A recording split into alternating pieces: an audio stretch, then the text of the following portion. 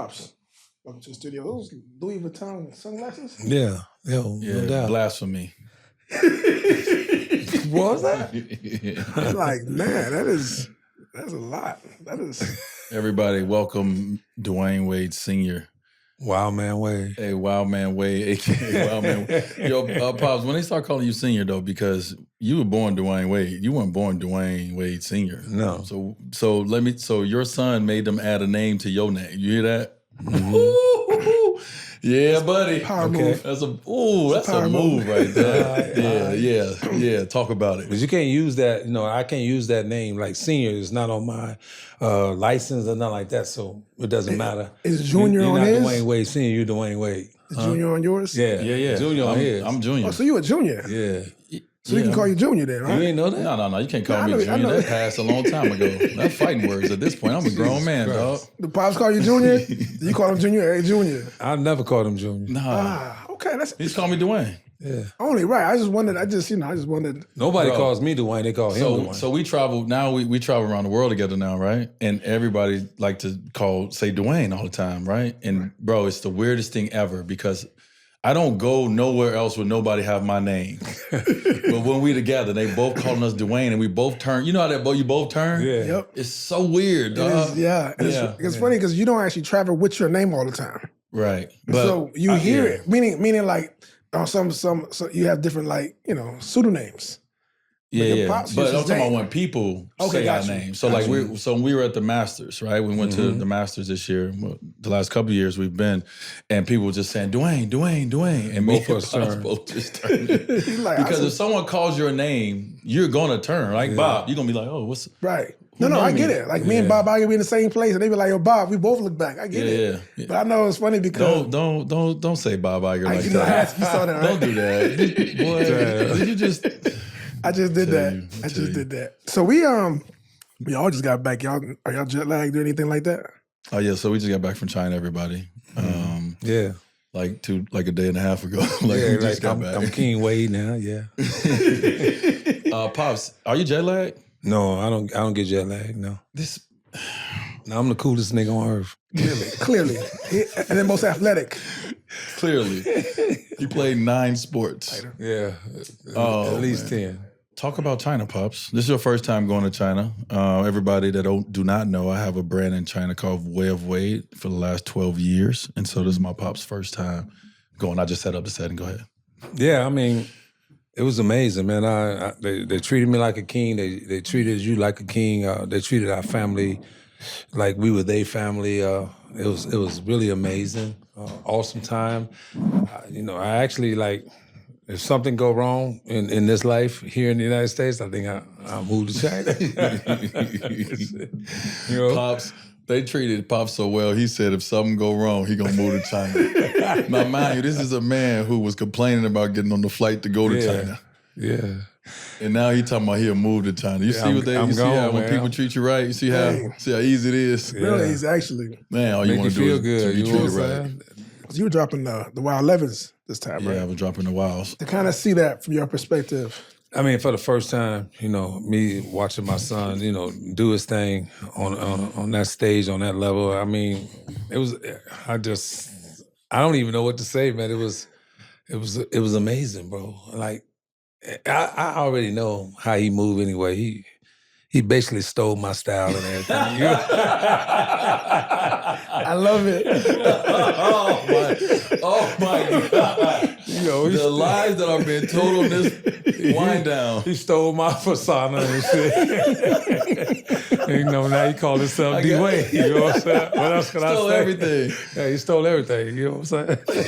So it's amazing to watch, him steal everything I'm due, Wow. Cold-blooded. Now you had your grandson there too. Yeah, he's something different. You mean? That's a different beast right there. Yo, as a grandfather, you gotta think about you looking at like your DNA and like your son, and then you looking at his son. So and you know what's in you that they don't even know that's in you. Yes. So when you start seeing what's in you in your grandson, you like, ooh, they in trouble. you start looking at you from a different perspective. Like he got me in him. That's the first time you get to really see you On the outside of you, you'd be like, wow.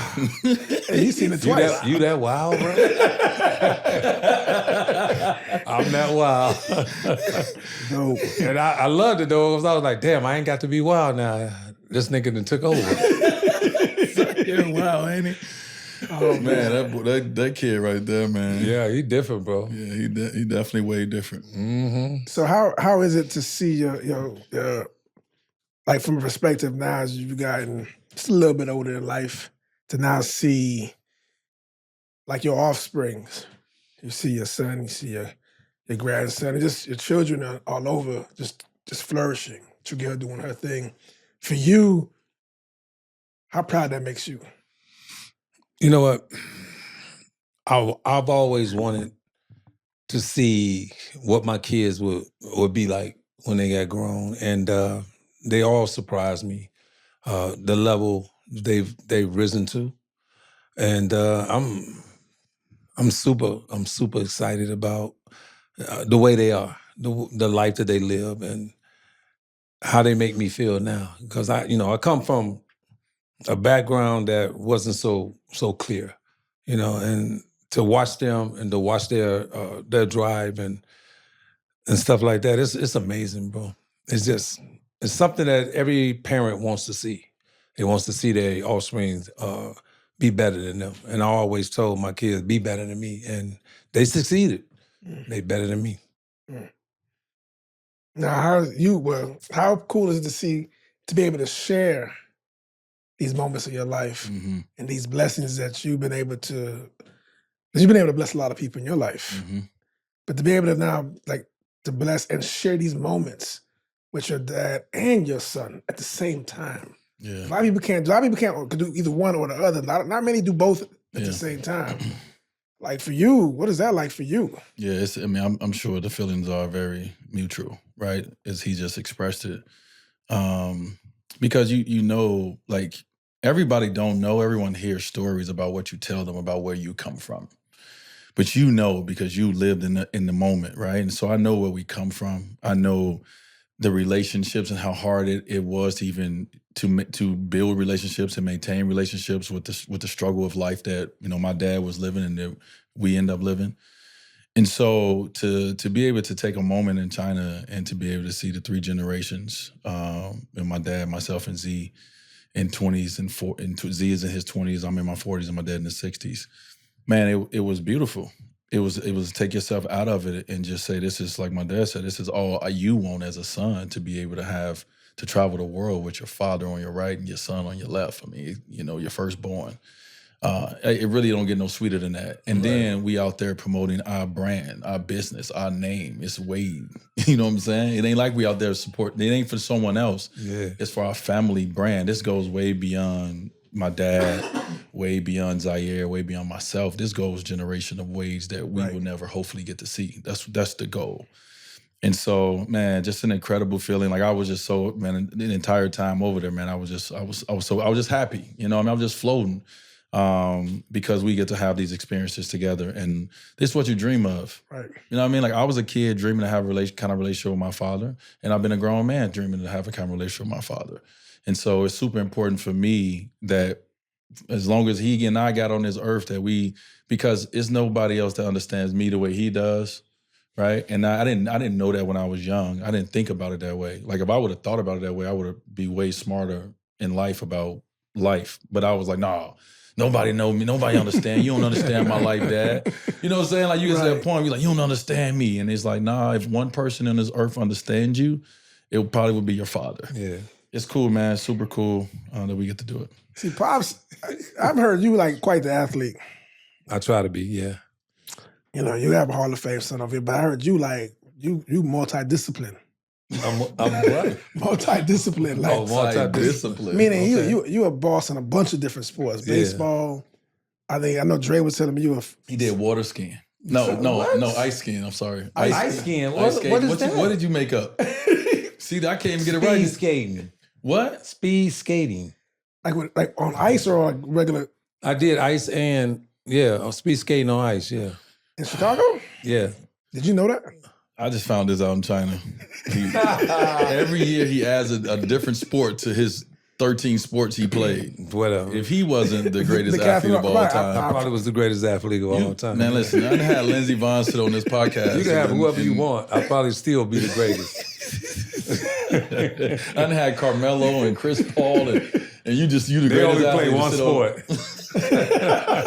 You know what I'm saying? They only play one. They can't talk with me. But hold on though, if you was less than average in each one of them, how were you the greatest athlete? I'm average. You was less than average. No, I was average. I was average in each one. So what was your most above average sport that you've done? Baseball. Oh.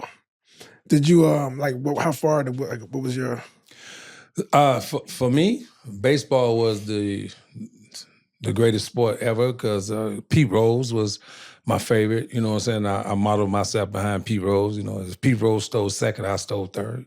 Pete Rose stole third, I stole home. And he hit left, I hit right.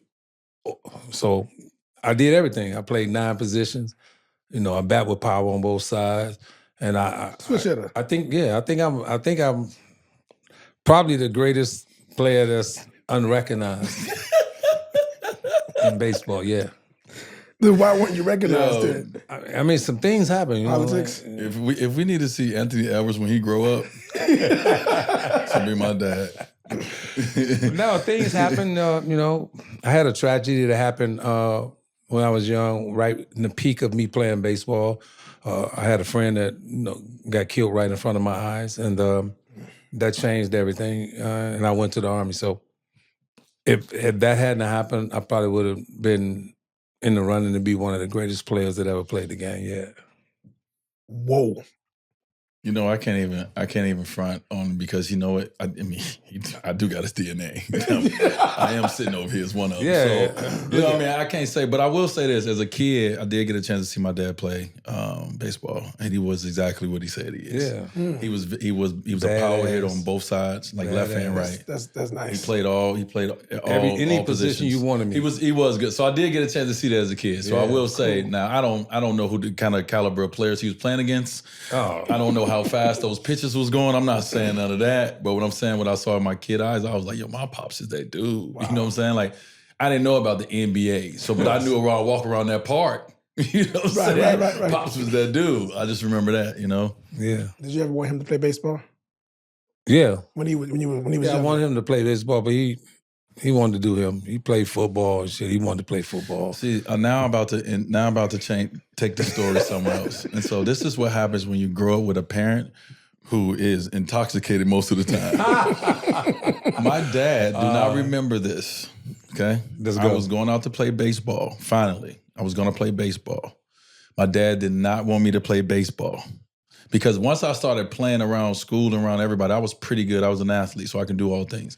My dad, in his drunken state, told me I bet not take my ass out there and try out for that team. He don't even remember this. Wow. No, I don't remember that shit. But why? I know Why'd you think? Why so? I don't remember that. So I Because don't he know what was he's talking about. intoxicated. That's what he said. Okay. Wild Man Wade, he told you his name Don't go out there. is. And play. Okay. Wild Man Wade. You just say anything when you in that state. And so I just played. He didn't want me. Did you want me to play football, Dad? Hell no. So he didn't want me to play football either. I had to sneak and play football. He wasn't. Like I was an athlete. He wanted me to play one sport. Oh, okay. I wanted him to play basketball. He wanted to play football, so I let him play football. But I never. After I I snuck never and did remembered it. him trying out for baseball. No. I was so nice, bro. I'm like, I was. How was he in football? How was he in football? Oh no, he was terrible. First of all, He was terrible. First of all, sir, What? I didn't play football in my 8th grade year. That was the first time I ever played, and I was not that good because I ain't know nothing about football. But I got a lot better. You should have never tried. No, I got a lot better. I was good. I was a good receiver. No, he wasn't. They had me playing cornerback in 8th grade. That was not my position. Don't They listen. had me out of position. Don't listen to him. He got away with words. Don't listen to him. What was it raising a young Dwyane for you? How was it? I mean, Dwyane was a very quiet young man, and then he had me as a daddy, so he had to be quiet. Big facts. But he was an amazing kid. Like, I had no problems. No problems out of him at all. Not one. So when did you notice that he was going to be good at basketball? It took a long time for me to recognize him as a basketball player. So it probably happened like when he went to Marquette. It wasn't before that. I mean, it was one time before that. He went downstate or something in his AAU, and he came off the bench and they won the championship because he led them there. So that probably was the eye-opening. Before that, I mean, he was just an average basketball player. He wasn't all that. But, you know... Bro, why are you sitting out here challenging me? I'm super nice. I've been super He was nice. all right. What do you mean? He wasn't all that. Okay, let's break that down then. Go ahead. At what age? You talking about high school? So what age you want me to say? Wait, when I was young, I was good and terrible. You wasn't super nice as you was young. No, I was terrible. I wasn't good when I was young. But high school, I wasn't good when I was high young. school. When I hit high school, Yeah, bro. when he hit high school, that's when you went downstate. Bro, but that's when I was hooping. So what you mean I was good? That was there. That's when you did. But it wasn't like you ain't see NBA. No, you ain't seen no. You ain't see NBA. It's just a good high school The truth is player. this: everybody be talking about, when I saw him at Marquette, I knew he was going NBA. Like, I didn't even know it when he was at Marquette until the Final Four. Like, that's really when you could see it. Like, because you didn't really see too many games, so you couldn't see it. And then when he went to the Final Four and he put up the stats he did, he was like, all right. But yeah, he might be ready, you know, so. But no, I ain't see it before then. He couldn't jump about this high. That's how Zaire jumping right now. He talking about, I got a 40 vertical. I be like, just like your daddy. Well, my springs didn't come until a little later. Late. His coming late too. A lot of people don't know that. Like, I wasn't always athletic. Like, that's Really? Yeah, my jumping ability. Like, really, when I got to the Heat, I went to another level. But like, and then I had knee surgery the year before that. People don't understand. Like, so even when I started jumping, then I had knee surgery, so I couldn't jump. And then when I got to like the Final Four time, I was springy. Like, I tell people all the time, like, I woke up one day, like, I think it's bad. You know, like Rookie of the Year, the movie, when his arm, like, I woke up one day in the Final Four and I was like, I think he back. Because I wasn't springy because I had knee surgery and it took me a while. And then God was like, you've been patient. You remember when I messed up my knee playing against you in the backyard? Yeah. Yeah. How were those basketball games in the backyard like? Oh, bro. You don't want to know. I brushed over it in my Hall of Fame speech. You know what I'm saying? I brushed over how basketball was for us. It was war, bro. It was war. And this is why, like, so when people hear me and my father talk to each other, they look at it and be like, that's your dad? Because we just talk like regular dudes. Yeah. Because we grew up hooping together. And when you on the basketball court and you grow up the way we grew up, it's all kind of words flying. Yeah. And it just is what it is. You know what I'm saying? And so that's how your it son be cussing you out and shit. Yeah. On the court. Now, not in the house. No. Not in the house. Not in the house. No, right. But on the court, my dad let us be. Yeah. He didn't say, boy, what you just say? So if I was like, man, get off me, motherfucker, or whatever. Whoa. That's how we talked. Right. But we got in the house. It was stupid now that I think about it. We got in the house, we couldn't say nothing. I let you get away with a lot of shit. On the court? Yeah. Yeah. Not in the house, though. I ain't get away nothing in the crib. There's a story that y'all talked about it in China about Dwyane almost getting y'all killed or something almost happened with Dwyane almost had to, you know. Yeah. What was that like? So for those who don't know, what is the story? Scary. What happened? So, go ahead, D. So we were playing. So when I was growing up, it was this certain places, as I talked about in my Hall of Fame speech, certain places that you had to go play to get your stripes or to see where you was at and where the competition was at. And so one of the places was the lakefront, which I talked about. And so my dad always, growing up, he would go play at the lakefront. He'd take us as we were growing up. Anyway, let's fast forward to this time. I'm a little older now. I'm starting to become a better basketball player. I'm starting to feel myself a little bit, you know. So he takes us down to the lakefront to see where we at. So we down there hooping, bro. And I had a little attitude problem back then. And somebody fouled me. And I just took the ball and I just slung it at their head. Like, quickly. Because I had an attitude. That's how we grew up playing. We grew up, we threw balls at each other. We hit each other. That's how my dad, we was raised like that in the backyard hooping. So I did it, right? Man, this dude took that ball and threw that ball back at me so fast. I didn't even get a chance to like finish my throw before it was back at my head. Bah!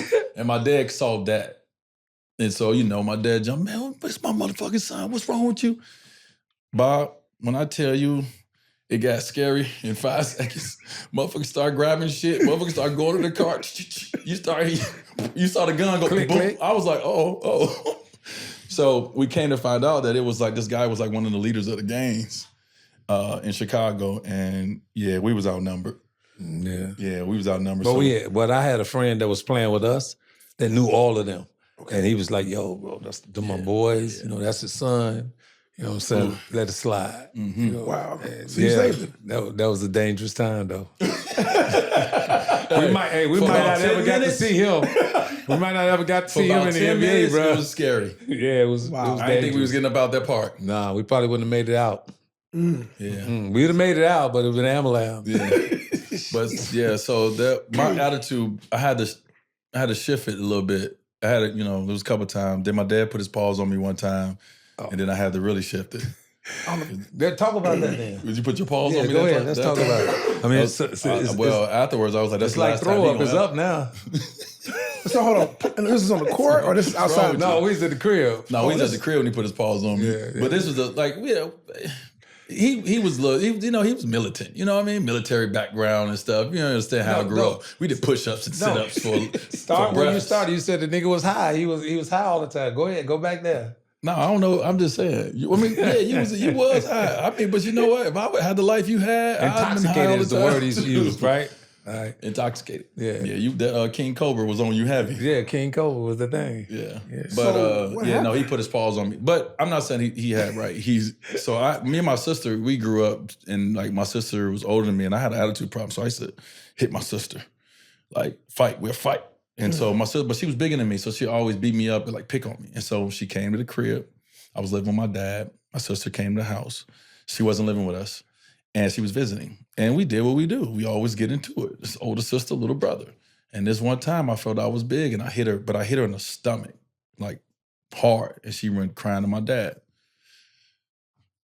Yeah, I think he was in a tub or something. I think he was in a tub or something because he came out the tub. Wow. Bro, he put them paws on me. And how old were you? Like 15, 16. Nah, bro, I wasn't that old. What? What you mean? You was like... No, not with Trigil. That was the other time. That was another time. Another one? That was another time. I get to that one. This was when I was younger and I wasn't 15, 16 yet. Let's finish that. But he put his paws on me, but it was really about my attitude. Like I had a real quick temper, and like I'll just go. And so the instance of like hitting my sister in the stomach or like throwing a ball at the gang leader, like stuff like that is gonna get me hurt in these streets. Right. And so he was letting me know like, this is what's gonna happen to you if you don't change your attitude. So I ain't like that. My feelings was hurt, paws hurt. I stopped all that. So that's the moment I'm talking about. Oh, you talking about? But there's another moment then. You said he talking about the moment we got into when I was 16 years old and we got into it. I came in the house drunk and the nigga did something wrong and I was like chastising him. He was like, nigga, I ain't taking this no more. I was like, what? You ain't what? We got to tussling and shit. The nigga threw me down, pinned me down to the floor. I was like, what? That nigga ran out the house and ain't come back for a week or some shit. I was gone. I was scared. I was scared, boy. But, scared. I ain't do nothing to him. I was like, damn. At that point, did you realize, all right, at this point, did you realize, all right, it has changed, the tide has shifted? Yeah, everything shifted. Like, he older. He's bigger. He bigger, and he not taking that bullshit no more from you, you know what I'm saying? Especially when you drunk, don't be drunk talking to me. So he like, nigga, I got you. You know what I'm saying? I was like, okay, you got me this time. Yeah, but I also knew he was drunk, too. Like, I was a smart kid. Now I wasn't crazy. Yeah, you was but very at that smart. moment, I had to do what I had to defend myself, Yeah, and I felt like I was ready. Of course. So, and I got him at the right time. And Got him at the right time. Put him down in front of everybody. Boom! I'm out the house. He on the ground trying to figure out what the fuck just happened. And he gone. He ran out the door after that. I was gone. Yeah, I love it. He thought I was gonna beat it. That was around the time when I was like getting ready. I moved out the house when I was 16. He's getting ready to move anyway. Yeah, I was out. So just talking about that for a minute, when he moved out, a lot of people speculated about me letting him go at 16? 16. And I look at it like this, I moved out my mom's house at around the same age, 15, 16. Me and his mom got together. I was like 15. We moved out 16. So when he said he was leaving, I was like, okay, that's what you want to do? Go ahead. Let's see how it works out. I did it. You know what I'm saying? Right. So, and people talked about me, they was like, you let your son go. That was the wrong move. But I had to let him be him. Right. But I think it paved the way for him to be who he is today. It helped grow him up, made him brighter. You know what I'm saying? So it was a good move. How'd you look at it?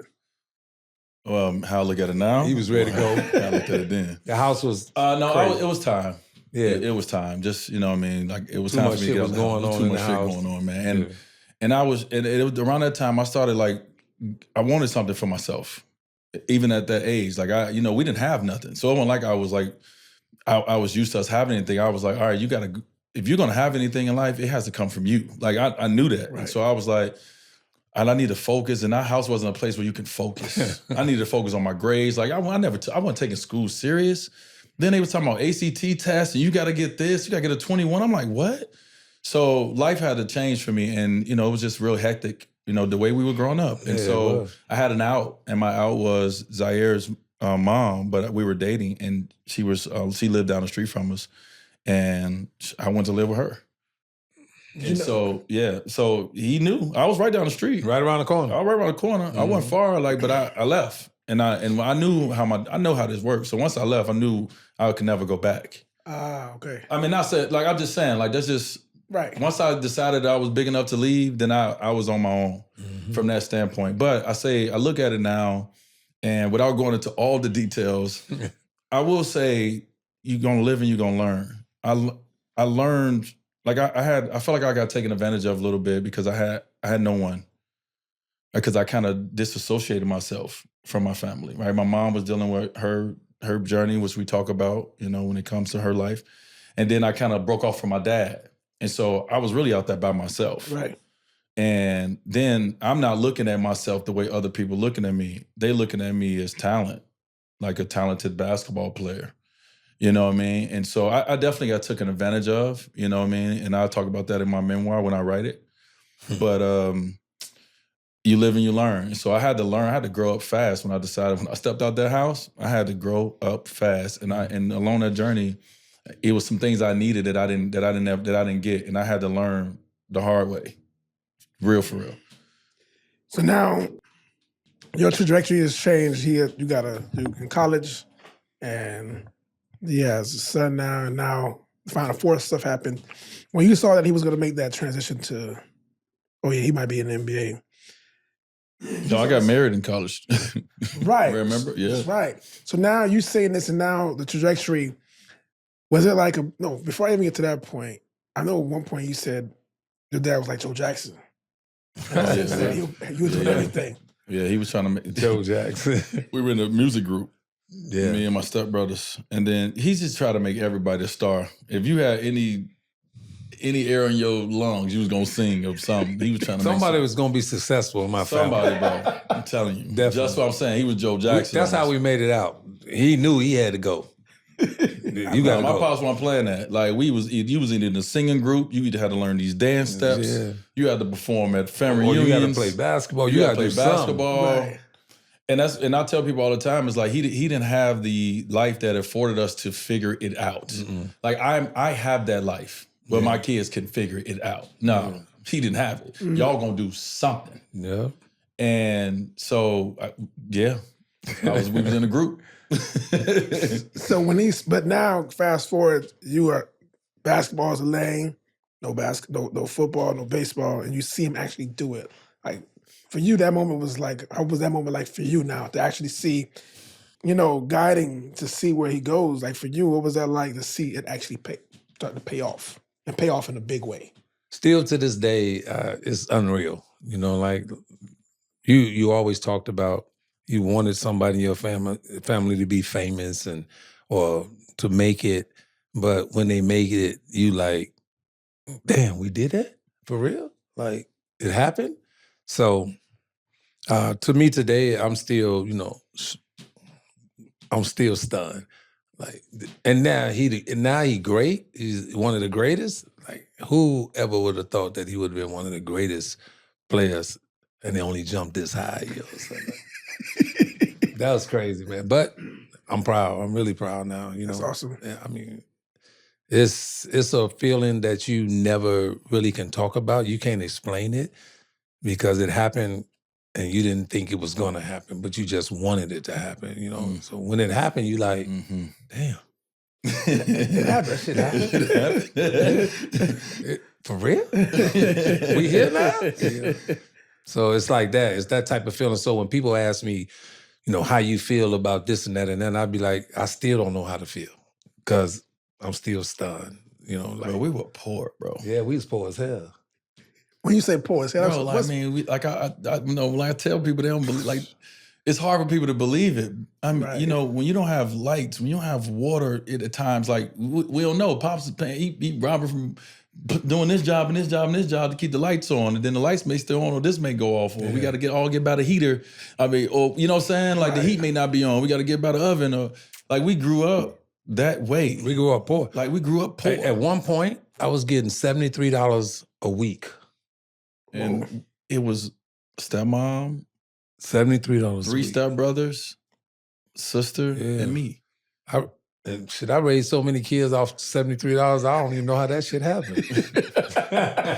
Well, we had a little help from WIC and all that too. Yeah, we had a little help public aid from the public aid. Now we were definitely on public aid. Damn show. I love it. That shit came in colors. Hey, when they went with the link card though, yeah, you couldn't tell us nothing. We walked in there with the credit card now, baby.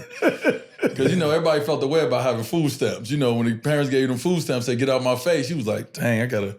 We weren't the type of family that was in the cheese line, but we was so poor. We was putting sugar on bread and putting it in the oven. Oh yeah, and that was a delicacy. Oh, I know. Yeah, I know that life for sure. That type of poke. Yeah. That was like, what's the spot in the airport? Annie's. Yes. It was like Annie's, baby. Yeah. I remember that. We was like that. So we come a long way. So now you're part of the NBA family. And I go to that because we're in the NBA playoffs right now. Last night, some games happened. Did you think it was going to happen that way? I know we talked about it a couple of different times. Yeah. Should we really talk about that? I mean, like, in Miami, I'm known as the greatest predictor. Oh my God! You know what I'm saying? They call me coach in Miami, and I predict all the time, and I'm usually like 98% right. Oh my God! And so last night, I mean, everybody waiting for me to come home right now because I finally lost. So now everybody's waiting on me to get back to Miami, so they can say, "Yeah, nigga, we got you for the first time." I think most of the basketball world picked Denver to win Game 7, being the defending champions at home. Of course. I think most of the world did, and it was nothing, no slack on Minnesota at all because we knew that they could win in Denver. They went in and won the first 2 games in Denver. Mm-hmm. Right. But with the dynamics of it all, knowing that the home team wins 75% of the time in a Game 7 at home, we lost. You think the defending champions should go ahead and win. They had won 3 in a row, you know what I mean, and so forth and so on. But that team, that young man who was obviously Anthony Edwards, who was doing amazing the games before, scoring the basketball, had a tough night, and you couldn't even really tell. That's a sign of a very good basketball player. He came alive. He came alive. He kept his attitude. He didn't hang his head too much. He made sure he was still putting his body or his game on the line to kick it to his teammates, especially Jaden McDaniels, that was a beneficiary of that, hitting them threes. But that right there from a young player is special. That's why he's so special. It's because sometimes when the ball is not going the ball is not going through the basket, players just disappear. Right. Mm-hmm. In a Game 7 on the road in year what? What year are we in at? 3 or 4, right? 22 years old. We don't see that, right, at often. And so last time you seen that, it was with you, huh? Last time you seen it was 2006. It is facts is facts. So Facts we've is seen that facts. 18 years ago.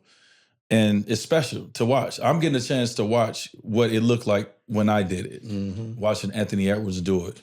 And I'm loving it. I'm living through him right now, but I'm like, ooh, that's what, boy, ooh, that's what you did. You had 40, you did that. And it's cool because of the connection with Tom Crean, Right. And with Ant going to Georgia and my coach being there at the time, me and Coach get to talk about it. We get to get on the phone about Ant's performances, Ant's press conference. We talk back and forth because I know he's doing the same thing to Ant that he did to me. He sent me these text messages after games and made sure that I kept the main thing.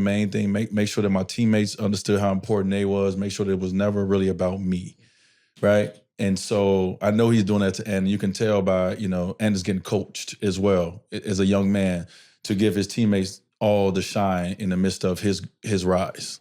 And if he got Cream talking to him, you can bet that he's getting coached. Yeah, he's getting coached. Coaches, I didn't even think Coach about Crean that. is a coach. Yeah, Coach Crean is the coach. Right, and I didn't even think about the fact that I noticed all his interviews after the game are like he's praising his teammates. Yeah. He's praising his teammates, and I didn't realize like you calling that out now. Yeah. Y'all gonna get, hold on, sorry, Bob. Y'all gonna give my coach more respect. Y'all gonna give Coach Crean more respect.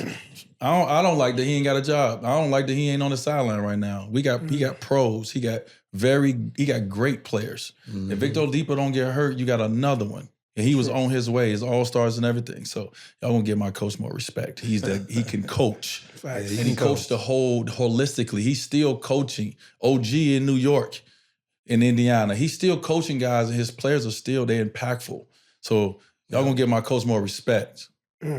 Sooner or later. So now your whole bracket busted. Both y'all brackets busted. Yeah. Well, I can. My bracket ain't busted. No, my bracket. All the way down to the end. You got the East and the West. So right, but your bracket ain't busted till the game is bracket meaning over. who you were saying. I know we had a conversation about who we think is going to make it, who we going to think if everything pans out. Because I remember the last time we talked about it, it was like, if Denver's healthy, you expect to see them to move on. Yeah. Repeat, yeah. Right. Obviously, we were wrong. Yeah. But they ain't nothing busted. Right. Move on to the next round. Move on to the next round. None of my family members. But I don't think nobody's in the way of Boston right now. Like, Boston been struggling for what, 5 years to win it? So I don't see nobody in a path now that they can't knock off. Who is that? Basically, Boston. I don't see nobody that can't knock off right now. So you think Boston's gonna win the championship? I mean, predict right now. Right. Yeah. You think it's their time? Yeah, it's that time. Yeah. Yep. Gotta be. Yeah, it don't gotta be. Right. We watched the Buffalo Bills. Whew, that's a good It ain't gotta be. I mean, we watched teams not get over the hump now. If Boston don't win it this year, and it's predicted, like they was the winningest team all year long. They had an amazing team. I didn't pick them to win it. I had Denver, obviously. But yeah, down to the end. This is gonna be good. I'll say that it's gonna be a great finals. We got so many, like the thing about sports, man, it's so great because there's so many different, compelling stories on each side, right? Yes. You got the two in Dallas. That's like back in the day when you had your two, and then you had everyone else, and someone else need to step up. Derrick Jones Jr. is doing 19 points a game the last 3 games. All those players, P.J. Washington, right? Yep. Derek Lively, like you need those players, but they're gonna have to consistently step up. You're gonna have to need Tim Hardaway Jr. to come off the bench and do what he do, right? You're gonna need big games, but you got those two that you know consistently, right? So you got those guys, and then you got Minnesota who they got that young budding star. But then they got these pieces around, like the perfect pieces around him. Yes, they do. That, you know what I'm saying, that's beautiful to watch, but you get to watch this young man still shine. And no one covers his shine. He's the guy, and then everyone else understands he's the guy. Right. You could tell the way that they all give him the ball right back. Right. And unselfish with him being the guy. That's dope to watch, actually. And so it's dope to watch, especially players who were, like Cat was the number 1 pick. That was his team before Ant got there. And to see him still understand, like I can still be Cat. And understand that you're Anthony Edwards. It takes nothing away from me. Right. And, so and then they added Gobert that made it a nucleus, like, you know what I'm saying? Like, I never looked at him as a great player, period. But over there, I think a lot of people don't. First of all, I don't think a lot of people watch Rudy play basketball. I think because of his height, you expect a certain style. Yeah. But if you understand what he's great at, why he's won 3 Defensive Player of the Years, and understand why he's great, and don't look at him as, oh, he's supposed to lock people down because he's Defensive Player of the Year. That whole notion of that is gone. But what he covers up for the entire team. True. Mm-hmm. You don't understand. True. Like, I know we gonna see him get dunked on and all that. Like, that was like Zoe. Zoe didn't care about getting dunked on. You can dunk on me all you want. Right. But what he covered up for our team was invaluable. Mm-hmm. And so it's the reason he's winning these Defensive Player of the Years. Not saying that Bam shouldn't win it or other players shouldn't win it. But, bro, I watched him in Utah before he left. And I watched defensively what he did. And I said, I have way more respect for Rudy because I got to watch him defend. I just watched him the whole game. And I just seen how everything was filtered to him. Like, you know how hard that is to be and he's not the quickest feed. You know, there's certain lineups that they will put in that would hurt us because they put young, shorter guys that can shoot in. And he's not that mobile to do that. But what he is great at, he is an architect at what he's great at. But no one want to give him credit because, he's not the player that we think that a big guy like that should be. But it's the reason he got 3 of them things. Right, and it's great to see how it's cool to see how that team looks now. Like, it's a team. And they were like Joker said it on the press conference, that team is kind of built to beat them. That of all the teams that played them, they built to, because they got 2 bigs two both play good defense. They got 2 they built to beat them. Everybody shitted on the deal when it happened. You have to foul one of them out in order to beat them. You got to foul. And then they got out. Nas Reed. Yeah. Right. And then they got Nas Reed that is he's big. And he can shoot. And he got a motor. Like, yes, he do. They when it happened, everybody was like, "Oh, that's dumb." I didn't even look at get 5 draft picks and this and that, and everybody thought it was a dumb Minnesota. Great job. Yeah. And now we have to see what we're going to do with the picks that we got, how they're going to eventually show his face in 10 years or however long. But right now, they made a move that put them right where they wanted to be. And that right there is a GM and a group that should be up for an award for how they put that team together.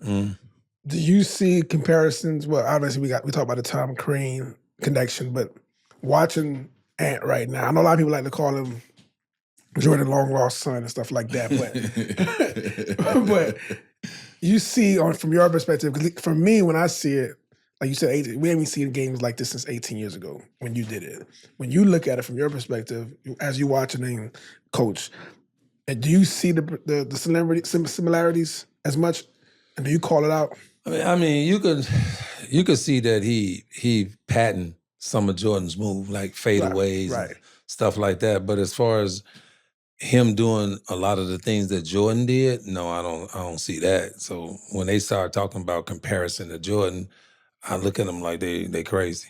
But the young man is in a league of his own. He on a path of his own, and he clearly is a great ball player. So you can't take that from him.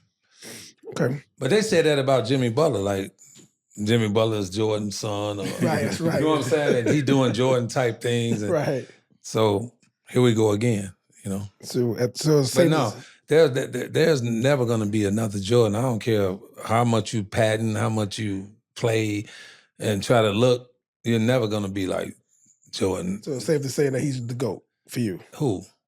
Jordan. He's your GOAT? I'm saying he's my GOAT? Well, my GOAT is Kobe Bryant. Oh, okay. I mean, well, let's change that. My GOAT is Dwyane Wade, and then Kobe Bryant's the greatest player to me. Let's do it like that. All right, I like that. I respect that. I can respect that. That's my GOAT right there. Well, about jumping you like Spider-Man. My GOAT is D-Wade, yeah. And then Kobe is the greatest player to me. Yeah. I like that. Yeah. I like that. All right, cool. No doubt. Now, so far, safe to say for both of you guys, the playoffs have been enjoyable for you. The playoffs have been great. Yeah, it's been good. We talked about it on the wind down too. Is I was ready for the next regime to step up and take the charge, and you got it right. You got Tyrese Halliburton over there in Indiana, that young team, which I like that team. OKC. Hold on, let's talk about that Indiana-New York game, okay? Now, New York down 3 rotation players from injury for the most part, right? That's tough. But once again, a game 7 in the Garden, it's still tough to win that game. Yeah. And Indiana came out and executed their game plan from the very first play. And it was beautiful to watch. Now, I thought if New York would have toughened the game up, Indiana has to learn how to go to that next level of toughness. Like when we play Indiana, they was tough. They wasn't as talented. This is a very talented, deep team. Them guys that come off that bench, I don't even know those dudes, but I'm getting to know those dudes. Jackson, shout out to you. I'm getting to know these cats coming off the bench. Too. That they can hoop. And they're well coached. Rick Carlisle is an amazing coach, and so they're well coached. And Tyrese had an all-star game. And I love that they went in there in that game 7 in New York and they took that game. They weren't giving that because the Knicks wasn't just giving it to them. They played tough. So shout out to that young team that no one is going to give a chance. They're not going to give them a chance against Boston. And they shouldn't beat Boston. But don't tell them that because no one thought they should beat the Knicks. So you don't know what's going to happen in the series. But that's a good team. That's a good young team. So like the game is in such a good place and it's good to see these young players take what's theirs. Like stop waiting. Yeah. You got the team, you got the talent. Next year is not promised because next year now you've been in the league 12 to 15 years. And now it's over. Now you're getting moved around. Now you're getting different roles. So that's why when I ain't going out like that in 2006, this is your moment. Don't get that up for nobody. Especially if you go get it. It's yours. If you want it, who want it? Who want it? That's what I'm so excited to see who gonna get it, man. All these young dudes. Makes me excited to watch the game, bro. Yeah, I got invited to Boston as soon as the game was over with. They was like, yo, you gonna fly in? I was like, what? Boston? Okay. Yeah. Let's go. And Boston. Because I was with Boston last year. Yeah. You have relatives, so that's why you're able to do that. Yeah. So last year, the Heat. Miami, Boston ain't really he was my dad. But my dad don't have to have no loyalty to the team that's playing now. I'm a fan. I could be anybody's fan. You're right. You don't have to have no loyalty to the team that's playing in Miami now. Not at all. No, you ain't in the league no more. They talking about they ain't sending you free tickets for you to come to the game. They don't call me and say, hey, come to a game. I ain't seen them. I don't even know the people no more. There you go. Without D-Wade, you don't get nothing. So talk about it, Wade. They don't give me nothing. I almost wanted to talk about the father-son relationship because this is clearly father-son all day. But before I do that, what are your thoughts on the WNBA? Wow. And the progression of where it's at now. I love the progression. I love that the WNBA is where they at, but I think that they deserve more money. You know what I'm saying? That's the number one thing. I think they deserve a lot more money than they get. And a lot of those players, they're just as good as we are, as men are. They shoot just as good. This is almost like golf. When you see women playing golf, right? Women pretty much better than men in golf. So basketball, the women look better than us sometimes. They shoot better. So they deserve more. So that's what I think. They deserve more. Now, last time we talked about Caitlin Clark had just got her shoe deal. Now, since that moment, Asia just got announced her shoe deal. Yeah, shout out to the A1. Shout out to Asia Wilson. She is deserving of it. She has earned it. Right. And, things happen at the right time. And in due time. And I know everyone wanted her to have one first, probably before Caitlin got a shoe deal. But I think, like I said on the last one, I think Caitlin Clark's shoe deal was deserved and needed. And it's not even about what she did in the NBA.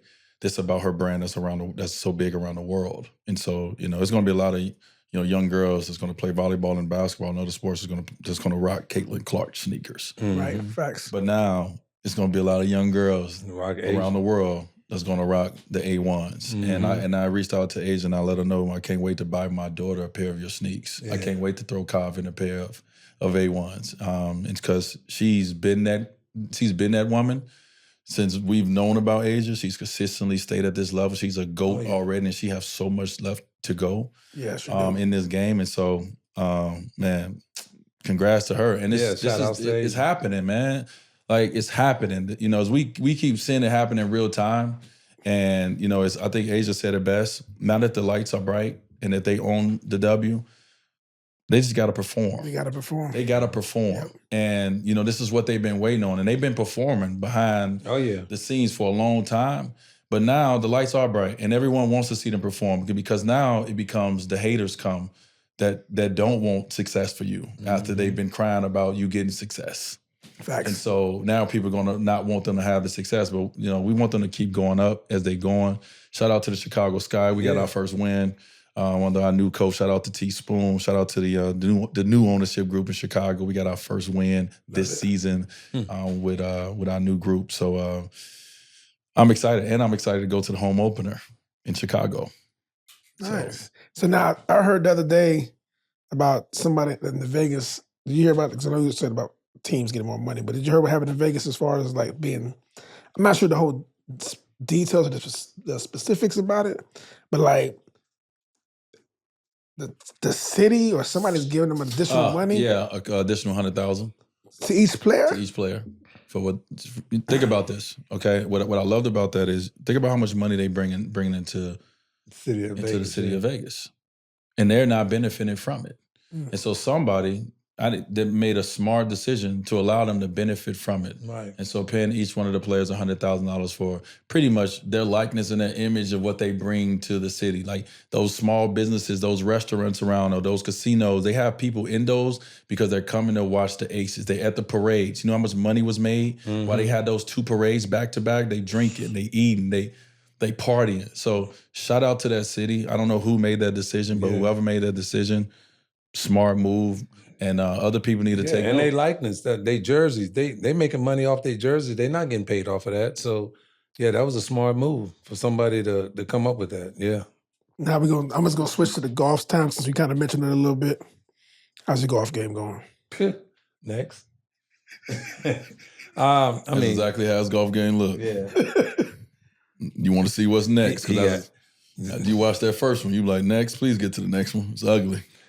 Just because he got a hole in one, he could talk. You want me to go get my hole in one trophy and ball? He want to show you the hole in one and everything. You know what I mean? No, listen. This is how terrible golfers are. Even terrible golfers argue and think like, I'm terrible. I'm good and terrible. Okay, but I'm not as terrible as him. So I'm like, I could be terrible in one sport.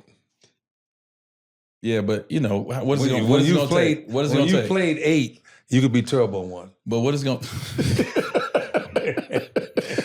Pops think he can get great at golf by working on everything at one time. I didn't say nothing about it. I was good. We just left the Masters. Don't let me bring Coach Fitzgerald on this show and talk about how you was going to go home and work on everything. Hold on. The whole game. He's going to work on his whole game at the same time, though. He won the second time at the Masters. We was tied up. He went back and he won. So now he can talk. I love putting contests. He can talk shit. But the truth is, he a little better than me. Just a little. Not that much. He's just as terrible as I am. Yeah, I'm not that good, but I'm better than you. I played 7 sports other than this, so let's talk about them then. The ones he was averaging, by the way. So, but if I was average, he never added up to average. One of the greatest athletes of all time. So. I am. No, me. Oh, you on record. Oh, that's right. On record. It says Junior behind it. But guess what it says? No, it doesn't say Junior. It says Dwyane Wade. It says my name, dude. I'm gonna need to get that changed, by the way. I'm gonna add Junior to that. I need to add Junior to all. Anybody out there that's listening, come and find us. We gotta put Junior behind everything. Yeah, you got to. I'm gonna put Wade Jr. on my jersey. Hey, not to mention, hold on, he wasn't even using Junior. So one day he came to my house and he was like, bro, I'm about to change my name to Dwyane Wade Jr. because you might start using my name and taking my bank accounts. Yeah, bro, when I got money, I had to start thinking about this. We both signed the same name. Yeah, we both signed the same name. So he was like, man, I'm finna start using Junior. My props from the hood. Nah, they be listen. Now I was one of those kids. I'm not that hood. I was one of those kids that grew up with his name on the lights.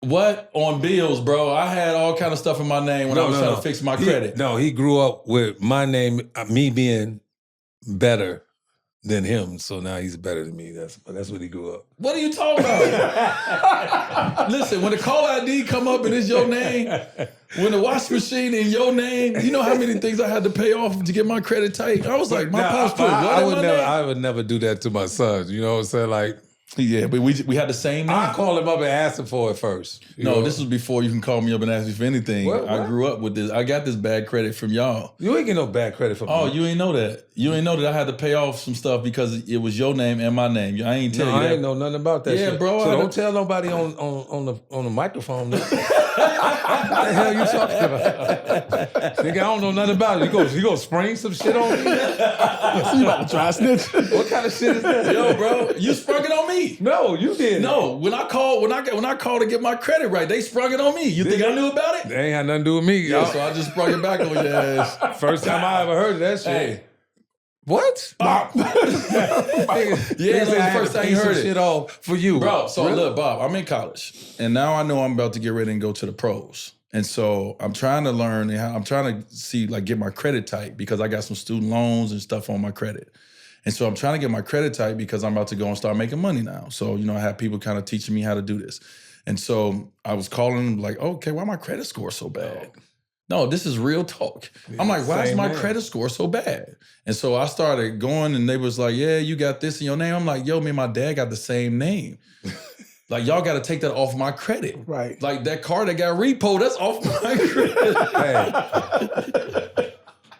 Yo, don't act like the repo man didn't show up. Nobody knew that before now. Listen, we poor. We was poor. Don't act like the repo man didn't show up that day. One time. Yo, Bob, we got so many hood stories. I love it. I love it. The repo man was like, repo mother. I was in the room like, oh, damn, repo.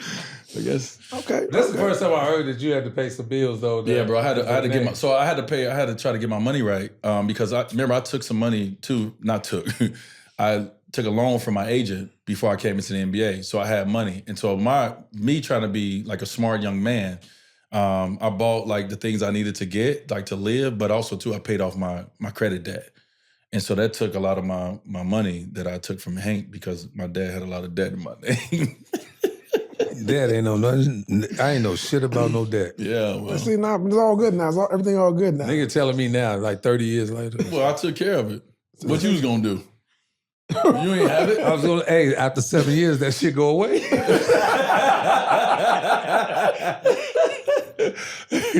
Yeah. Oh, man. All right. So now, I love this. I ain't gonna lie, like this, like the history of like the stuff that y'all been going through in life, as far as just how Chicago was, and for those who aren't from Chicago or know about the Midwest, because you grew up, you were born in Chicago too? Yeah, born and raised. How is it for someone who doesn't know how Chicago? Because we talk about Chicago tough a lot, but like just growing up in those days, back in the days, and just from where you were to where you are now, like what how did that make you who you are now? Like what did Chicago do for you guys? And like the good and the bad, like you got moments where you're making sugar sandwiches, you're making, I don't know if you made any mayonnaise sandwiches or anything like that, but like stuff like that. Like how much did that make who you are today for both of you? For me, that was the way of life, right? So we couldn't get around it. And it didn't really play a role in who I am today. I think, today I am who I am because of the way he paved, the road he paved for us to get up out of, Chicago. But don't get it wrong, Chicago's a beautiful city. Anybody can live there. If they take the violence out, it'd be a great, great city. And it had nothing to do with, who I am today. I think who I am today is because of what I went through and how this guy right here made it better for us. Yeah, it's just, man, I think it's rough. You know what I mean? Like the exterior of Chicago, Chicago's beautiful, like my dad just said. Like it's beautiful. Yeah. But it's rough. Like you just, as you see them kids sometimes, you're like, this is a rough kid. Don't mean but right. it's just a rough town, and it's beautiful parts of it. But when you growing up in the hood, like everywhere has their hood, right? Everywhere has their ghetto or whatever we want to call it. But when you're growing up in a rough city in a rough hood, the poorest, it's gonna toughen you up. Yeah. And so we tough, man. We, you know what I'm saying? We can do anything. We can move. Like that was my mentality. I can move mountains. You know what I'm saying? If I can go through that, if I can go through those hard days, I mean, even the weather, like just going from the weather on, like I walked 2 miles to school in the snow, bro. Cold for a reason. We had no gloves, no earmuffs. No. I'm talking about ears red, hands numb, feet numb. Yeah. We had that was just a way of life. And so like it's just tough. And so, I mean, like, you know, like even now, like, yeah, we live a different life. And that life is still being lived. The one we talk about in many communities around the world, but definitely in Chicago. So little Dwyane walking and doing the same thing I was doing. But yeah, we've been able to pave a different life and be able to experience something different, which has opened us up to, you know, we still rough. We still a little rough around the edges at times, but it's opened us up to something else. And we've got to experience something else, you know, and because of that fucking ball. You know what I mean? Like that ball took us out of the hood and allowed us to be what we are today.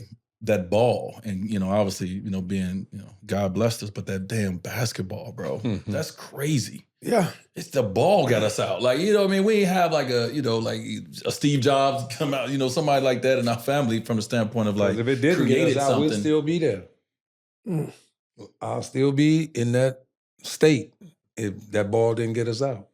Yeah. So when you made the speech in Hall of Fame, was that your first time? That was your first time hearing as it was happening in life, like in real time. What, my speech? Yeah. Yeah, he didn't hear. I ain't know nothing about that speech was coming. So what was it like for you just to hear that speech? And what was it like for you to write that speech to him? Shit. Like that moment? That was an amazing ass speech, bro. But for me, I felt like that speech opened the door for all the fathers of America.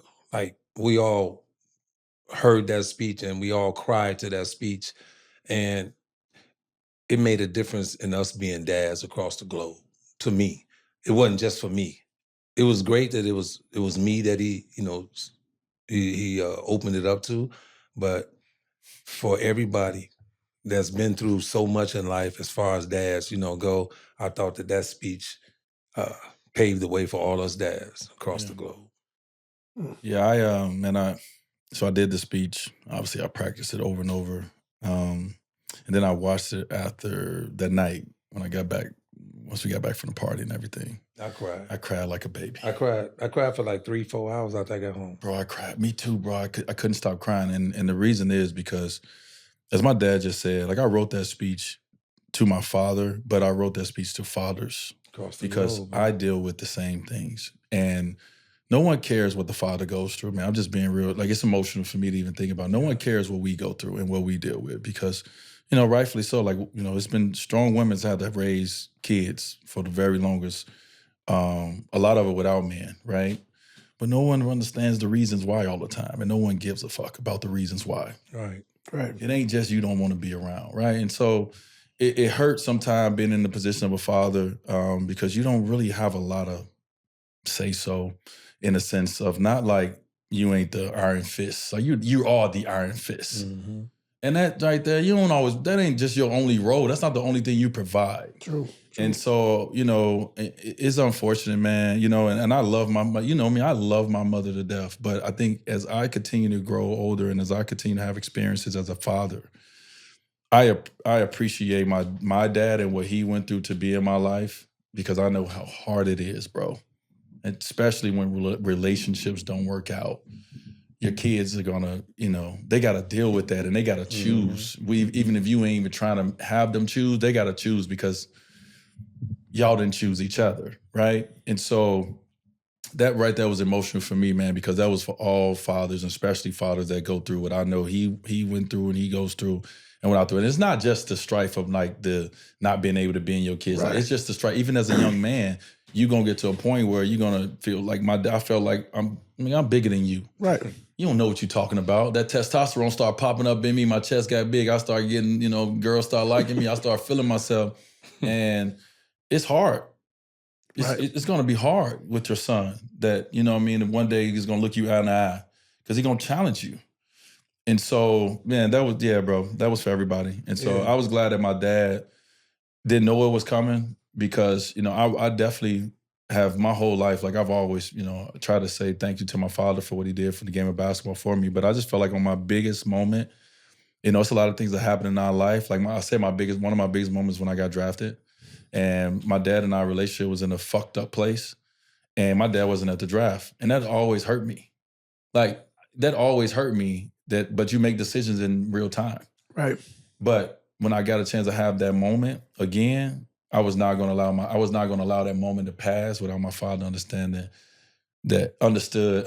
what he mean to me and what he meant to me and what he meant to me for that, putting that ball in my hand and, and making me as tough as he did. Because it's the only way I made it in this world that I'm making it because he made me as tough as I am. It was definitely for him, but man, it was definitely for fathers everywhere. Yeah, across the globe. So Father's Day coming up. Yeah. Are y'all looking forward to it? Yeah, I'm golfing. When you're a father, you're always thinking about what you can get on Father's Day. what I want this year, but you don't never want to ask for it. You just hoping that it just drops in your lap. You just want shit to drop in your lap. So no, but I'm just happy to still be alive and to be here for another Father's Day if that happens. And that's one of the greatest moments is I am a father. I only got one son. And I appreciate that, man. I'm proud of being a father of this kid right here that made the world shake, so to speak. I like that. One of the greatest kids ever, man. So I'm just proud for that. If I don't get nothing on Father's Day, I got him. Yeah. So sometimes I don't give him nothing. You got me. Yeah. Y'all heard it. Y'all heard it on the wind down. Yeah, I know. I know my birthday just passed. Yeah, you don't get something. Listen, my pops, everybody out there, man, my parents don't get something all the time. No, they don't get nothing. Sometimes I ain't get nothing this year on my birthday. You might get some flowers. You might get a happy birthday call. But don't send me no flowers, though. My mom was going for my mom. But then sometime I'm gonna do it. You know what I mean? No, no, we gonna be together on Father's Day. I like the way he moved because you don't have to suspect that he's gonna do something every time. It's just having him is the biggest thing. Like, you know what? I got him, so it don't matter if I get some on Father's Day. I got this dude right here. Right. You know what I'm saying? Yeah, because so I'm 365. I'm telling y'all, I'm every day in my That's right. So this dude. Are you looking outside of y'all for each other? Father's Day, you getting like with some tools or some ties? Some what? I just want to golf on Father's Day. Yeah. I don't need nothing. I don't need no gifts. I just want to beat him on Father's Day. I just want to go on Father's Day and be with my pops. Listen, that's all I want to do. Like, people don't understand. Like, I've let that go. I've had a lot. I told you I've had a lot of Father's Day where I woke up and I had a pencil by the bed. What? A pencil. And you was writing? No, that was the gift that Zaire and them brought me. Oh, shit. Like, you know what I'm saying? Like, if y'all ain't gonna get creative and don't even get it, don't even do it. No, yeah. But I'm cool. Like, we older and we just want experiences, man. Right. And so I don't really look for nothing on Father's Day, but yeah, we playing golf on Father's Day. Yeah. I think I look forward to that. We traveled to Scotland on Father's Day. My wife sent us to Scotland for Father's Day. Now that right there was an amazing trip. Yeah, that was an amazing trip. Yeah. You want to go to that first? Thank you, wife. Yeah. Scotland was fire. We're gonna go into the. Now we brought up the wife. We're gonna definitely go up into the wife conversation a little bit. Well, he's been married 7 times. Ooh. So he's trying to catch up.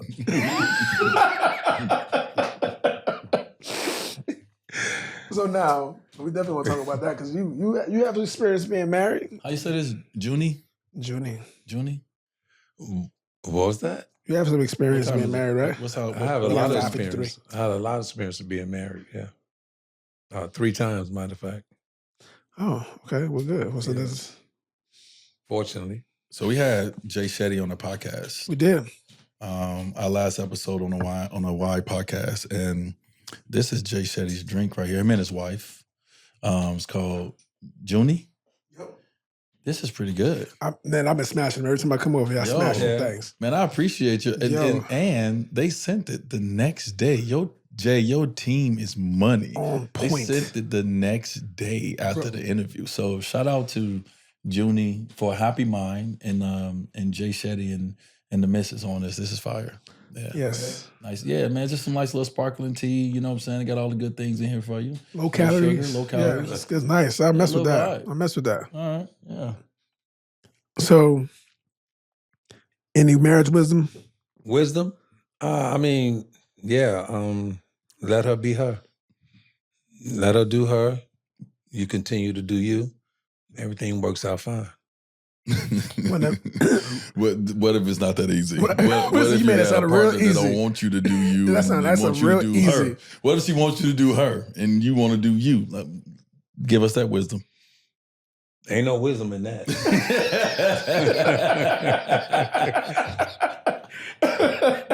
It ain't happening. It ain't happening. Man. So, I mean, just it's nothing you can do with a woman because the woman rules the world. So you just gotta let her be her, man. That's how I look at it. Like, you've been married 3 times. I don't know why we taking marriage advice from you. First of all, you ain't. I mean, well, you should take marriage advice from me if I've been married 3 times. Why? Because I know. Break it down. I know the road. Maybe I had 2 bad. Hey man, I'm talking about my mama. Hey man, don't do that. No. No, but hey, this ain't no safe space. Let's get it right. Like, so a man that's been married 3 times, I probably been married 40 years of my life. 40 out of 67. Yeah, that's crazy. Something like that. Wow. So you should take advice from me. You know what I'm saying? So, I mean, marriage is not bad. It depends on how you look at it. You'd rather keep it together than to lose it. You know what I'm saying? So stay with it. If it works, it works. If it doesn't work, move on. Yeah, he's talking from 67-year-old Wade, because the 20s and the 30s Wade didn't think that way. Because you obviously, well, you know what? You put some years in, Pops. Right. I put a lot of years in. So you did 10 with my mom. Yeah. And 20 something. You did 20 something with stepmom. And now I'm at 13, 14 with. And now you're at with Danielle. Yeah, so you didn't put some years. Half of my life I've been a dad. Yeah. You got to remember, I was a dad at 15 years old to your 2 older sisters. Yeah, to my sisters. So I was one of the premier dads back in the day. At 15? 15 years old. Yeah, it don't make no sense. My mom had 2 kids. I'm just saying because it's true. Like, I want to make it seem like my mom was 17. Yeah. And my mom had 2 kids, and my dad was 15, and he got with my mom. Boy, what are you doing? Somebody should have smacked you in the back of your head. Get your little. Dang, wow. But God did. God did. Yeah. He made it happen. Yeah, God did. That's how we got you. First of all, no. That's how we got Tregille, because without Tregille, this family would not be held up at all. Everybody give me a lot of credit, and I do bring what I bring, but the one who holds this family up, she'll be, and has held this family up, all of us individually, is Tregille. Yeah. And so they had her first, which she's my oldest sister, and they needed to have her before they had me. She's your oldest sister. No, I'm talking about not me. Yeah. Not you. I'm sorry. Right. But they needed to have her before they had me. Mm-hmm. Because having me without her, with them, did have been crazy. So shout out to my sister for being the foundation and the rock of this Wade clan. The matriarch, yeah. How do you handle turbulent times in your marriage? You have 3 different versions. What I mean by turbulent, like disagreements, just not seeing eye to eye. How do you manage it? At this age, I just overlook shit. You know what I'm saying? Like, right, because when you're younger, you want to fight everything. Yeah, when you was younger, you want to fight and all that kind of shit, go get drunk. And at this age, I just, it is what it is. You're arguing, you wake up tomorrow, it's something new. So I don't even pay no attention no more. So you said you don't pay her no attention no more? I don't pay it. Oh, okay, like got it. Turbulent times, I don't pay it no attention. Like, it don't last in my relationships. So like I said, I let her be her. And if you let her be her, 90-something% of the time, you good. But you have to let her do her. Okay. I'm sure you know what I'm talking about. Oh, I do. I know what I'm talking about. I know. But now, and in the reverse, what if you don't get? What if you feel like you're not being let be who you are? I'm gonna always be who I am, Or regardless. regardless. Always gonna be who I am. Like, you don't like me for who I am, then we're gonna break up. I'm gonna be me no matter what. You ain't lying about that. Yeah, I can I respect ain't gonna that. change that. I can respect that. Yeah, let me be me. Right. That's the best thing you could do is let me be me. Because when you start turning the tables, then shit goes left. Quick. Quick. I mean, for real. So just let me do me, and I'll let you do you. Pops, I got a question, and not really like, because this is obviously, you know, we're gonna go into this more as we get a chance to have microphones in front of us. But if you had an opportunity to get an ear of someone that's a black man who hasn't taken care of himself health wise, if you had to get his ear right now, what would you say to black men who are afraid to go to the doctor, who are afraid to check on themselves and see what they're dealing with inside? Man. Seeing how cancer affected my life, I would say if I had a chance to do it all over again, that, you know, we should all go to the doctor and make sure that we're, you know, in good standards, because death is a silent killer. Let's put it like that. It's a silent killer. A lot of people die and don't know why they died. And a lot of people don't even find out why that person died. So death is a silent killer, man. So check yourself out. Yeah. There's a lot of men out here that don't know what they got, what they going through. Like me, I was one. I had cancer and didn't even know I had cancer. And I had a urologist 2 or 3 years before I even found out. And so it's sad to say, but if you don't go to the doctor and you don't check out what's going on with you, you're probably gonna just pass away. So Yeah, I all mean, us out here need to do more, you know, diligence and making sure we good, because it's a lot going on out here. Like, we eat bad. You know what I'm saying? The food we is eat bad. the wrong type of foods and stuff like that, and you know, We you look at consuming other, a lot of other things. Think of it. Black men have a chance of dying from cancer 9 out of 10. And that's bad. You think Yeah, about, say, that's a lot. let's go to Chinese. Chinese people, they're like 0%. But they don't have from like prostate cancer. They don't have prostate They cancer. don't even have prostate cancer. No, Why? not like that. Because of the way they eat and the way we eat is so different. So I would say every man should check themselves out. You know what the problem is with us as men, period, is our ego. I agree. We scared to talk about things that we're going through. We don't want people to look down on us if our testosterone is wrong. You know what I'm saying? We don't want nobody to know. Yeah. So our ego gets in the way. We won't have conversation with other We men. won't have conversation to learn what it is. And we won't go to the doctor because we got this ego problem. Like, I'm good. Yeah. I'm strong. Yeah. You know what I'm saying? So, don't want to show no weakness. You don't want to show no weakness. We don't want to show and it. Some of it is because of, you know, this country that we've been in, and we come from, you know, way before us, where weakness cannot be. Right. I mean, Jesus Christ. And so we take on a lot of that. Generation keep taking on that same no weakness mentality, and you got to stop looking at certain things as weakness. You know what I mean? Like, even the education of like right now, our family, we're getting educated through our genetic testing.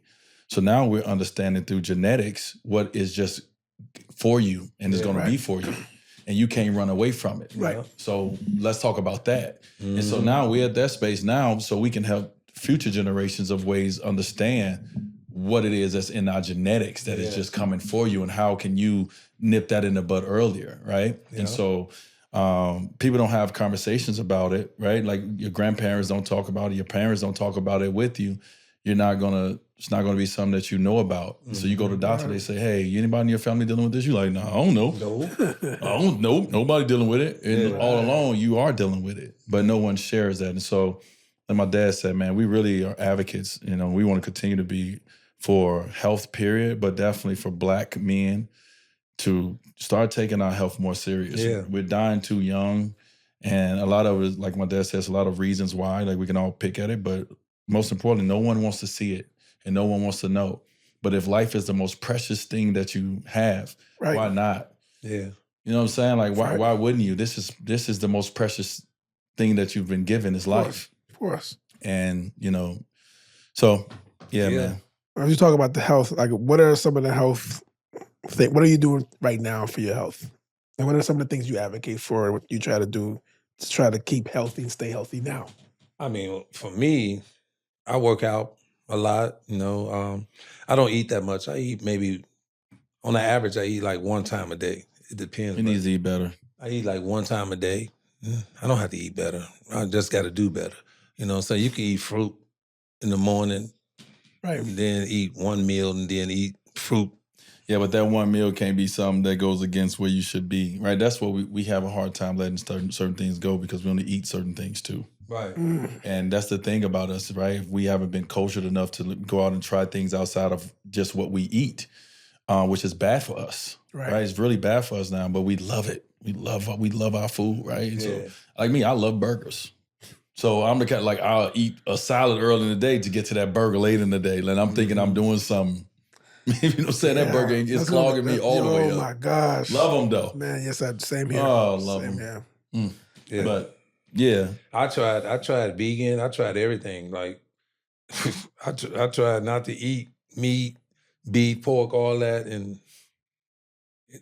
it just depends on how you want to feel. What makes you feel good?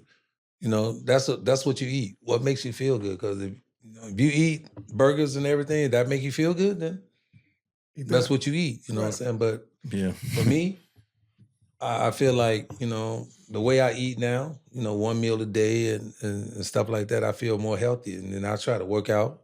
I want to look good. I want to smell good. You know, all of those things play a role, like your breath, you know what I'm saying? You walk up and you talk to somebody, you want them not to even learning how to go to the dentist. Like we was afraid. We afraid of the dentist. You smell that stuff that come out your teeth. Yeah. When they doing it, I gotta clean them tomorrow, by the way. You smell that stuff that come out? Bro, listen, we have to do more. But I would say the first thing is, and not everyone is not able.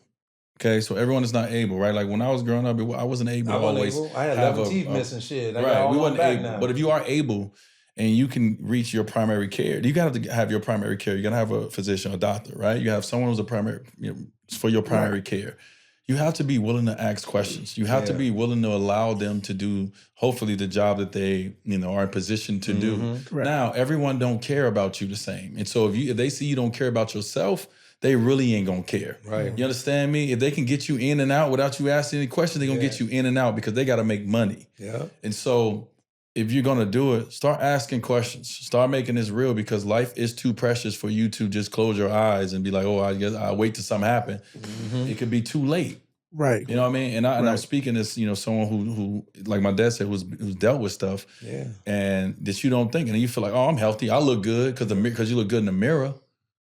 The inside is talking in the inside. You got to get in there and listen. And so we got to do better.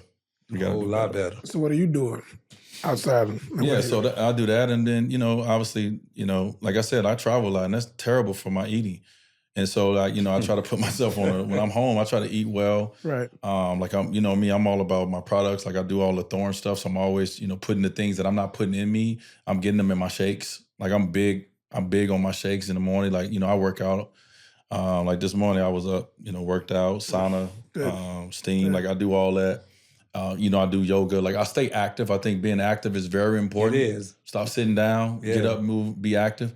But you have to go and you have to learn what you got to get better at, like what you got to cut out, what you got to, adjust, or because it's all hard. I'm not speaking from a person who can just do this. I'm speaking from a person who was dealing with it in real time. I was like, damn, I gotta start eating more salads. I gotta start eating more greens. I don't want to do that. Right. I want to eat them fries, the truffle. When you look at yourself in the mirror and you see yourself changing and, you start saying, damn, what am I gonna do to make myself look good again? You know what I'm saying? So that's very important for me. So I work out hard all the time to try to make myself look good. I want to be young. I want to feel young. I want to feel active. I don't want to be tied down where I can't walk or, things like that. So it's important on how you eat, how you, work out, stuff like that. Like, look in the mirror and ask yourself, Is this the person I like? Ooh, great point. Great point. So now there's been like talk. I know, we all part of media, like and seen media. How does it feel when you see? What was that? Time to go? Look, this nigga went and got food, look. Oh, time to eat. Wind down. I have a special treat for everybody. I didn't know if I was going to need to bring this out or not, but for some reason, I needed to. Everybody, this is the new fine jar. It's called Bob's Interruption Income Jar. We're going to set that right here. You got to put money in that motherfucker? Well, yes. First of all, Bob's phone always go off. And you know what? Oh, so that's why you was asking about it for the last time. Yeah, I was waiting to pull it out. In every interview we do, Bob is notorious for his phone going off. So now we're about to start finding people. I get it. You're right. So before you leave here, sir, I tap in. You need to tap into your new jar. I gotta tap in. My gosh, I can't really. I got this phone on airplane mode. Look at that. Look at that. Shout out. Next time I'm turning this like off. Shout out to Karina. Shout out to Karina for making sure we had this for today. And you know what's funny? She came in with it, right? And I was like, oh, she got some food. Yeah. Bob's interruption. Interruption income jar. You see what just happened? He always do this on the pod. So we're going to put this right here and we're going to get this filled up. This is going to be nice. The jar going to be huge. This is going to be a part of the podcast, everybody. I love it. Welcome to a new character on the podcast. It's Bob's Interruption Income Jar. You know what's crazy? You know who it was that hit me, right? Yeah, your wife. Yeah. Of course. She hit me. And it wasn't even her hit me. She was adding, Anyway. Calendar or something. It don't matter. Yeah. That's why my phone ain't even in here. Because I don't want nobody to add something to my calendar. And it's like that notification wasn't so off. good at turning my phone off. I'm real good. Oh, that was great. What was you back saying? back to what we were saying as far as the media. I can't believe the phone just snitched on me. So good. What is the? They've been calling you, and I don't know how this make you feel. I wonder how it makes you feel as a son when they got pictures of y'all out and about, and they been like, "That's Dwyane's dad," and about the zaddies and like. Hey, why you bring that up, Bob? Let's hear that. What that sound like? Let's hear that. And when they be saying like, "Yo, that's Dwayne," like almost like his brother. Yeah, no, man, good looking man. Yeah, that's where I get my looks from. I'm happy. Every time they say it, I'm like, yeah. You know what I'm saying? I know what my future looks like. Nah, he a good looking dude, bro. He keep himself. He had a moment where I had to let him know, Pops. You gotta will it back. Shit. But he pulled it back. I see some pictures where I looked at terrible. Yeah, you looked older when you were younger because you was out here. Young, I looked at older. Yeah, he pulled it. I mean, I mine too. When I was playing, I had some moments that you like, boy, what was you going through? But he willed it back in, got himself right, got himself together. He got that good woman that told him you dressed terrible. You know what I mean? Like, all that work. She said that every day I leave out the house. Yeah. I had to sneak clothes out. I was like, I'm going to watch this shit. Yeah, Danielle be on him. So he got a woman put him together too. But no, he looked good. And so, but every time we get an article or something, D-Wade daddy and this and that, he be feeling himself. So y'all got to stop that. Y'all got to stop that. No. I mean, they right. No, I mean, like, it's a good feeling to know that, people look at you like that. You know what I'm saying? Somebody else looks at you and see the work you putting in. You trying to look good. You trying to, make your family look good. It's not just about me. Yeah. It's about all of us. Yeah, you're right, Paul. You know what I'm saying? Right. So, yeah, I'm glad people look on the inside and see the work I'm putting in. I love it. That was a good. That was y'all see where I get my politician. That was a political answer, like a straight up political. Like, yeah, you're right. It does. For real, though. It's more than just you. As we're gonna wrap this up in a minute, but I kind of want to just, this has been a dope season. As far as you've been having some dope. Have you been watching this podcast, like the stuff he's done since the Hall of Fame? I've seen a few. I haven't been watching it, you know what I'm saying? But I've seen a few of them. Yeah. So now, was there any podcast that was deep for you where it was like you didn't expect that, or like was any? I don't want to say favorite because they were all great to me, but as far as like some that were like some of the memorable moments for you. Yeah, I mean, first of all, I jumped into this podcast space to learn, right? Wanted to see if I even wanted to do it, wondered if I could do it, and I'm so thankful for I think we had like 11 almost 9 to 11 different guests on in the first season, and we had some very good guests that all brought something different. And I feel like they all brought something different out of me. I feel like I personally got better from what I feel. It's early to the end. You know, my first episode was the Pantheon episode Right. at the Hall of Fame. To my last episode being with Jay Shetty. And I think I evolved a lot. I think the podcast is, you know, finding its flow and its voice. I'm sure it was a perception about me starting a podcast and what it was going to be. And I'm glad to once again shatter perception, even from internal. People like, what are y'all doing? And so now I think you kind of get in the feel of it. You know, this network of, you know, content that, you know, we would love to see and we would love to build. It has two different voices on it. You know, the Why podcast is an opportunity for me to sit down with pantheons, right? With people that are, you know, a certain level of life that I get a chance to learn from, that is in leadership, that are greats, that are GOATs.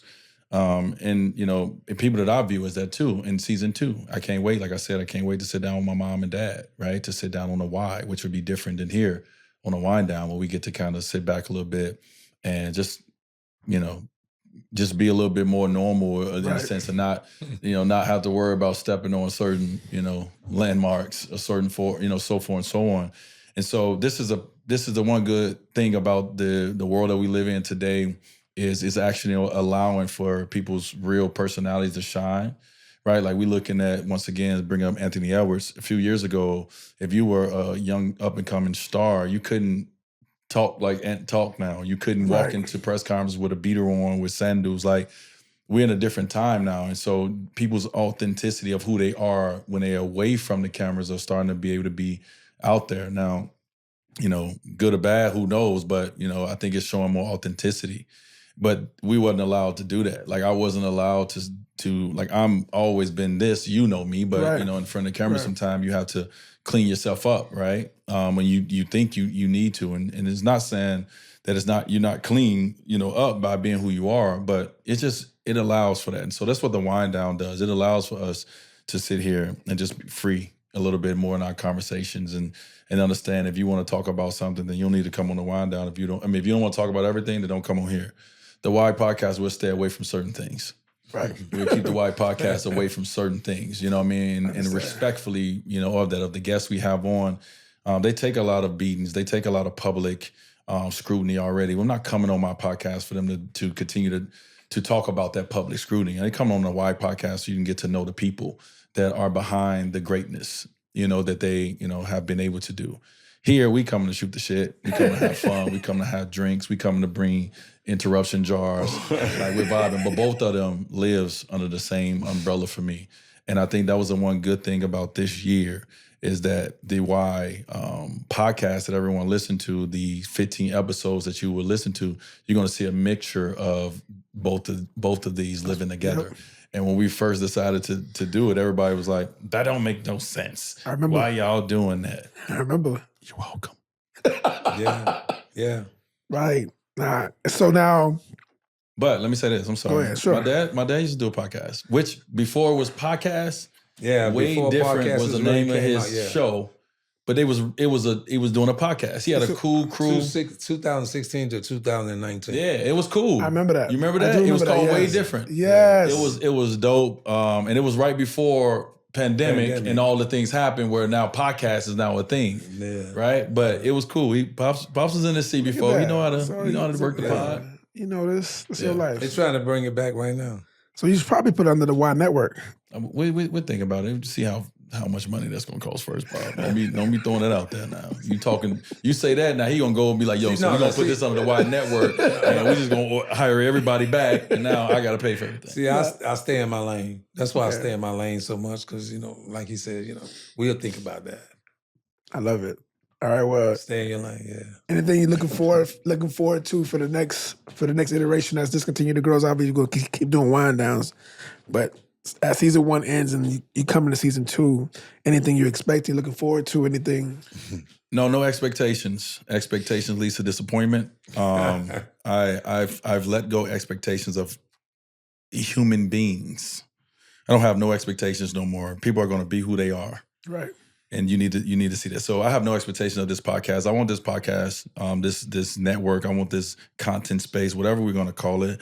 I want it to just grow naturally and organically as it is. I mean, we love to talk, and so we get a chance to do that, and we get a chance to bring our own cameras in and do that and control the content that we put out. Right. I couldn't do that most of my life, right? I was sitting in front of a podium and I was getting questions asked of me, and whatever went out was controlled by the news stations and everything. Well, now we control the things that we want to talk about and what goes out. So I like this space, man. I like this, and we're going to get deeper into it, hopefully.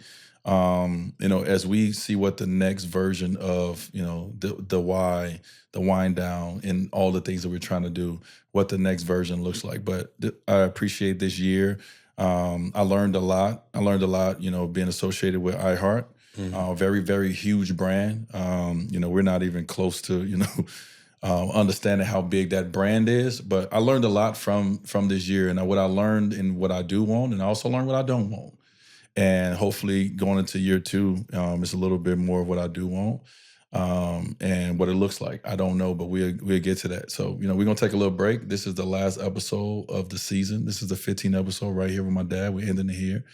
And then we're going to take a little break. And then we're going to come back when we got our plan of how season 2 looks. And we're going to rock out. I love it. Thank you. Pops, any last words? I'm good. Thanks, bro. Man, we're going to edit so much with your ass. You ain't got to add it me. You just let it flow. Let it flow. They're going to be like, yo, that nigga crazy. I love it.